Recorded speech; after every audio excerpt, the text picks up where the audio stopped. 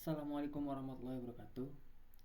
Perkenalkan, nama saya Yusis Nadi dari kelas S6C NPM 2018-43500-154 akan mempresentasikan mengenai proposal bisnis Serabi Kembang Desa. Berikut presentasinya.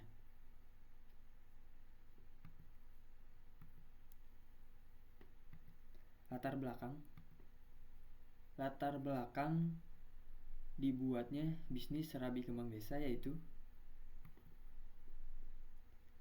masyarakat yang sedang mencari cemilan sehat, nikmat, dan terjangkau. Karena kan banyak dari kalangan masyarakat yang mencari cemilan yang sehat, nikmat, dan terjangkau. Kemudian ingin mempopulerkan kembali jajanan tradisional yang dikemas unik dengan berbagai aneka rasa. Yang nantinya di dalam Serabi Kembang Desa ini terdapat banyak aneka rasa dan topping-topping yang menarik. Kemudian supaya terciptanya lapangan pekerjaan baru, yang insya Allah akan tercipta lapangan pekerjaan baru. Nah, kita lanjut. Sekarang profil singkat bisnis Serabi Kembang Desa. Nah, Serabi Kembang Desa ini merupakan bisnis yang bergerak di bidang kuliner. Jadi kita akan membuat sebuah usaha atau bisnis berbasis kuliner. Jadi dimulai dengan cara berdagang. Kemudian panganan ini berbahan dasar tepung. Jadi serabi ini berbahan dasar tepung beras dan tapioka yang dimasak pada cetakan serabi yang kemudian ditaburi dengan berbagai topping aneka rasa. Untuk nantinya, untuk kemasannya nanti disajikan pada kemasan styrofoam yang bisa menjadi pengganjal perut saat lapar dan untuk nyemil. Nah, kita lanjut ke analisa SWOT. Di gambar ini terdapat analisa SWOT yang dimana yang membantu dalam mencapai tujuan yang ini dari dalam. Jadi membantu dalam mencapai tujuan yang dari dalam. Berikut seperti kekuatan, strength, yaitu menyajikan serabi dengan berbagai topping dan rasa. Kemudian harganya terjangkau bagi berbagai kalangan. Kemudian yang menghambat dalam mencapai tujuan dari dalam. Weakness, kelemahan, yaitu belum banyak dikenal oleh masyarakat, keterbatasan sumber daya manusianya, kemudian banyak pesaing penjual cemilan seperti martabak, batagor, cilok, cimol, dan lain-lain. Kemudian opportunities, peluang yang membantu dalam mencapai suatu tujuan. Dan opportunities itu sifat lingkungan sekitar atau dari luar, yaitu adanya pasar. Jadi banyak kaula muda yang mencari cemilan yang sehat dan manis. Kemudian tempat usaha strategis, itu banyak masyarakat yang lalu lalang. Terus untuk banyak masyarakat yang sedang nongkrong, ya itu adalah nanti masuk ke strategi pemasaran. Jadi mencari tempat yang strategis. Kemudian ada ancaman, threat, yaitu ancaman dari luar yang menghambat dalam mencapai tujuan. Seperti banyaknya pesaing cemilan, inovasi kuliner yang terus-menerus update, dan masih banyak lagi.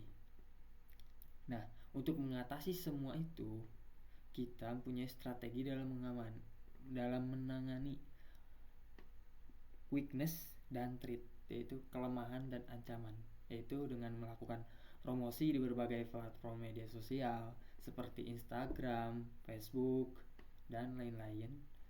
Kemudian melakukan berbagai inovasi produk baru untuk menambah daya tarik dan cita rasa produk bisnis.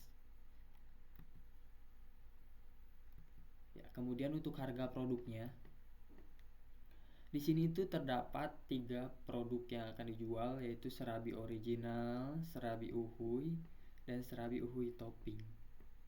Nah, ini foto dari serabi original yang harganya Rp3.000, yaitu ada serabi original manis dengan si seres, ataupun serabi original yang rasa asin dengan oncom atau orek atau tempe orek gitu di dalamnya gitu ya.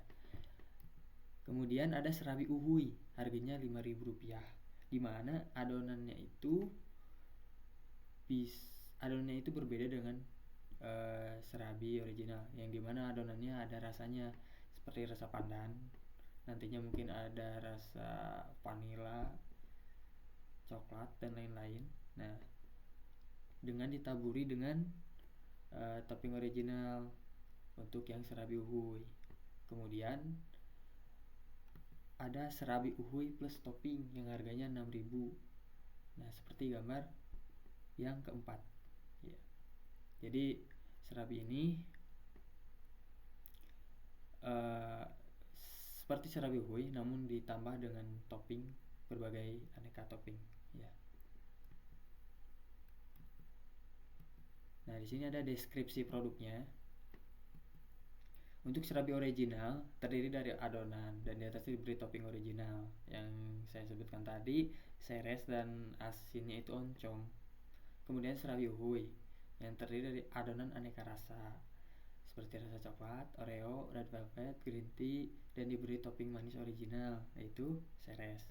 Kemudian serabi uhui topping yaitu terdiri dari adonan aneka rasa seperti rasa coklat, oreo, red velvet, green tea, kemudian diberi topping yang berupa topping buah, topping keju, miso seres, dan lain-lain. Kemudian topping serabi yang disimpan dengan baik dan segar di kulkas atau di lemari pendingin. Nah, di sini ada target pemasaran. Nah, target pemasaran kita itu, target pemasaran serabi kembang desa ini yaitu untuk semua kalangan, di mana ada kalangan orang tua, bapak-bapak, anak, ibu-ibu, pekerja, kemudian anak sekolah, seperti untuk sederhananya di gambar ini, seperti di gambar ini. Jadi target pemasaran kita itu untuk semua kalangan, dan lebih ditargetkan lagi sih untuk anak sekolah dan para pekerja mungkin ya. Kemudian strategi pemasaran kita yaitu advertising, di mana ini itu kita seperti menyebarkan brosur, kemudian membuat iklan di berbagai media sosial, kemudian menyebarkan pamflet atau selembaran. Nah, kemudian sales promotion, kemudian kita akan membuat suatu promosi mungkin di setiap bulannya, seperti setiap 1 bulan di hari Jumatnya ada beli 3 gratis 1. Nah, untuk menambah daya tarik para pembeli juga. Jadi insya Allah pemasarannya menjadi meningkat. Kemudian public relasi, yaitu relasi. Jadi mungkin nanti bisa aja kita bikin kartu member untuk para konsumen setia dari serabi kembang desa. Nah, analisa keuangannya. Modal untuk peralatan itu sekitar Rp 6.270.000, yang dimana ini tuh seperti peralatan kulkas mini, kompor gas, kemudian tabung gasnya, dan lain-lain. Nanti di total sekitar 6.270.000. Kemudian untuk modal produk per 100 porsi itu harganya 317.000, yang dimana di dalamnya seperti ada untuk kemasan, kotak plastik, kantong plastik, styrofoam, kemudian bahan-bahan, gas, telur, dan lain-lain. Kemudian biaya sewa tempat atau gaji yang menjual per bulan. Nah, mungkin untuk ini kita biaya sewa tempatnya sekitar ya mungkin karena kita mungkin di sekolahan sewa tempat untuk berdagang sekitar 150.000 itu mungkin per bulan seperti bayar keamanan gitu. Terus untuk nanti gaji yang menjualnya mungkin 500.000 per bulan, jadi total 650.000. Jadi total modal keseluruhan itu adalah 7.237.000. Nah, kemudian analisis keuntungan. Nah, di sini biaya produk per unitnya itu serabi original kita buat mungkin Rp 2.000, serabi uhui 4.300, serabi uhui plus topping harga 5.000 untuk biaya produk per unitnya. Kemudian untuk harga jualnya mungkin kita ambil keuntungan sedikit seperti serabi original menjadi harga 3.000 untuk dijualnya itu, serabi uhui harga 5.000, kemudian serabi uhui plus topping harga 6.000. Nah, untuk analisis keuntungannya seperti serabi original misalkan 40 porsi terjual, ini jika 100 porsi terjual, dan dimana serabi original 40 porsi dikali 3.000 dikurangi 2.000, jadi biaya harga jual dikurangi biaya produk per unit sama dengan 40.000. Itu keuntungan per harinya. Dan serabi uhui 30 porsi. Ini untuk permisalan 30 porsi dikali 5.000 dikurangi 4.300 sama dengan 21.000. Kemudian serabi uhui plus topping misalkan 30 porsi terjual dengan harga dikali 6.000 kurangi 5.000 sama dengan 3.000, sehingga total keuntungan per harinya itu sama dengan 91.000. Kemudian total keuntungan per bulannya sama dengan Rp 2.730.000. Kemudian total keuntungan per tahun Rp 32.760.000. Nah, untuk analisis keuntungan kembali di sini ada keuntungan bersih per bulannya. Jadi keuntungan bersih per bulannya itu total keuntungan dikurangi biaya umum usaha.